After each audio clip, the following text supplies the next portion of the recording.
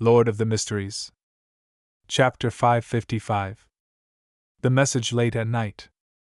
Eastchester County was still cold in January, with snow often piling up.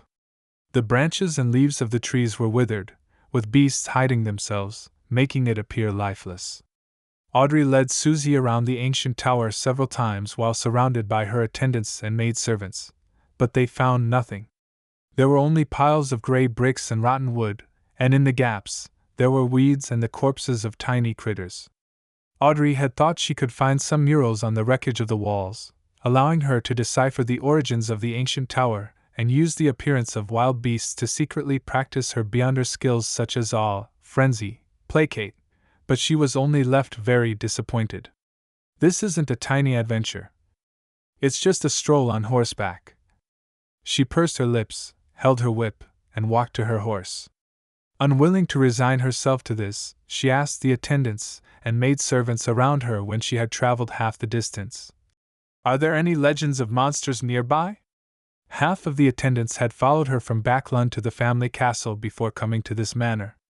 The other half were locals and were usually busy in the manor. There was no doubt that Audrey was asking the latter. The reason why she had come to this manor was because, historically, there was a folk tradition of worshipping dragons in the surrounding areas. A young attendant secretly shot a glance at his noble and beautiful mistress. He mustered his courage, took 2 steps forward, and bowed while saying, "Deep in this forest, there are many fearsome wild beasts. Every year, hunters die there, but no one has ever encountered a monster before. It's just like the situation described in an old folk song that goes around this place." He recounted the folk song, and the general meaning was, "Monsters are in your dreams. Dragons are in your dreams. The great imagined palace, floating in the air, is likewise in your dreams. There is where you have everything, lasting until you wake up. Curious children, brave adventurers, seek out the dragon in your dreams." The attendant deliberately left out the last line, because he might be misunderstood as being sarcastic to Miss Audrey. A dragon in a dream. The great palace that is imagined and floating in the air is likewise in a dream. Audrey carefully pondered for a few seconds before she suddenly felt that this ancient folk song wasn't completely meaningless. According to the information about dragons that she'd bought from Little Sun, the dragon of imagination, Angwelt, had actually imagined a floating city with massive temple pillars supporting a towering palace complex. The name of the city was Liveseed, meaning the city of miracles.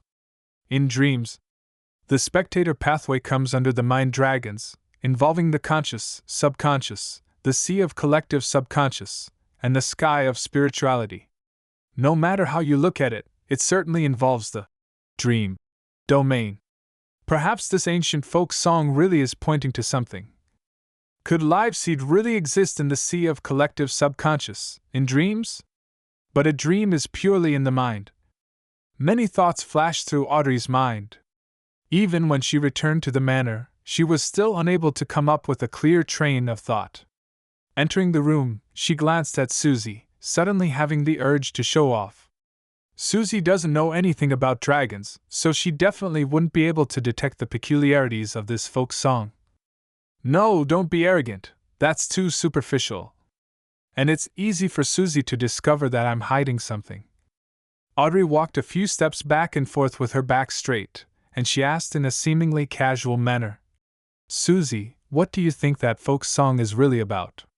I have a nagging feeling that it's not as simple as it seems." Susie opened her mouth, momentarily at a loss for words because she didn't know anything about poetry. She gave it some serious thought and said, "Audrey, I'm only a dog. In a forest in Blue Mountain Island." Because of his agitation and excitement, Colot didn't sleep at all. Sitting on the wheelchair, he inspected his surroundings, as if he had found a reason to live apart from revenge. After making a full circle, he returned to the altar to pray once again.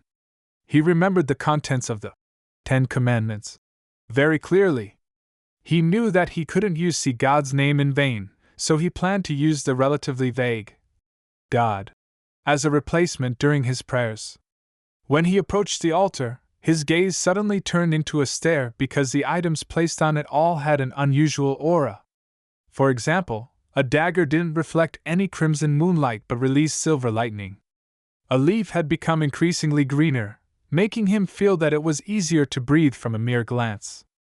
God has bestowed His grace. This thought suddenly flashed in Kalat's mind. Up to this point, he no longer had any doubts regarding the transformation of sea God. The sacrilegious thoughts hidden deep within him were completely dispelled. The revelation from God that previously said that He will walk the land again was an implication that He is reconstructing His image. This layer of meaning goes very deep, and we actually failed to interpret it before. Kalat slowly took in a deep breath and propped himself up with his hands before solemnly prostrating himself before the great sea god. Soon, he returned to his wheelchair and headed for the residence of the high priest, Edmonton, and the others. He couldn't wait to tell his companions about what had just happened, to share with them the grace of God. At 11:15 in the evening, Klein sat in his chair and watched with a blank expression as Danitz held the soulfall ritual, memorizing all the details while he did it. It still requires help from the spirit world. He made a preliminary judgment. If it's a spirit world creature, one can locate them as long as there's no mistake in the description. Just using a language with a certain amount of power can allow direct summoning or allow them to make their spirit descend. It has nothing to do with distance or range. To a certain extent, deities have this trait as well, but sometimes it's possible to get a response from them even if the prayer is in an ordinary language. Of course, that is only if they have become believers and have caught the notice of the deity. At the level of demigods, they seem to have blended with the spirit world to a certain extent. That's why one can point towards them with an accurate description to receive the possibility of a response. But there will be a distance limitation. Once it's beyond a range, they wouldn't be able to receive the signal. Sea god Calvetua is an example. Vice Admiral Iceberg is considered a powerful mid-sequence beyonder. To achieve something like this, relying on herself isn't sufficient. She needs to use the aid of a corresponding deity, and use a precise and unambiguous description. Furthermore, there are restrictions on distance and range. The moment Klein finished organizing his thoughts, the various items on the altar began to float up, with the exception of the 3 candles. Danitz shuddered uncontrollably, his expression turning cold. Very soon, he let out the female voice of Vice Admiral Iceberg. "Good evening." Her tone seems to contain the anger of being woken up. Klein felt that Danitz's entire person had turned feminine. He hesitated for a moment and said, "I have a way to find Admiral of Blood." "What?" Edwina Edwards, whose spirit had possessed Danitz, already had her tone return to normal, one that usually lacked emotion. Klein said simply, "They use the latest wireless telegraphy technology. I received the frequencies and passcodes from White Shark." "Wireless telegraphy. You know such things?" Edwina appeared surprised to learn that German Sparrow, who was an expert in mysticism, would also have some general knowledge of radio communication technology. Klein politely smiled. "A little." Edwina was silent for 2 seconds, then she asked through Danitz, "Have they discovered that? Are you referring to whether Admiral of Blood and Company have discovered the leak of their frequencies and passcodes? In theory, they should have, since their intelligence officer, Old Quinn, has died at the hands of Mr. Hangman. However, wireless telegraphy hasn't reached the level of wide-scale adoption yet, so it's easy for those who use it to ignore security risks." Klein didn't respond with absolute certainty. "Perhaps. But we can try. As long as I can listen in on the frequency, there's a very high chance of finding Admiral of Blood. As sea god, even at the level of a demigod, making it difficult for me to know about matters in neighboring seas like the back of my hand, I can still control sea creatures and ask them to seek people out." Klein silently added. Edwina said thoughtfully, "I'll have Danitz help with the surveillance. You know a lot about wireless telegraphy as well." Klein grinned and said, "Okay." When the soulfall ritual was over, Danitz watched German Sparrow take out a sizable piece of machinery and its corresponding accessories, with mixed emotions. "What is this?" he asked in astonishment. Klein said flatly. Radio transceiver. Danitz turned agape as he finally forced his question out. Where did you get it? Klein glanced at him. Outside. As he spoke, he tossed the manual and information on the frequencies and passcodes to Danitz and went back to his bedroom to sleep. So this is what he does on his frequent trips out. Danitz felt as though he had understood something. After much reading and experimenting, he finally mastered the usage of the radio transceiver and settled back into his reclining chair. He was soon snoring away. Without knowing how long he slept, he was suddenly awoken, astonished to hear rhythmic clicks. What? Danitz rolled to his feet and looked towards the source of the sound.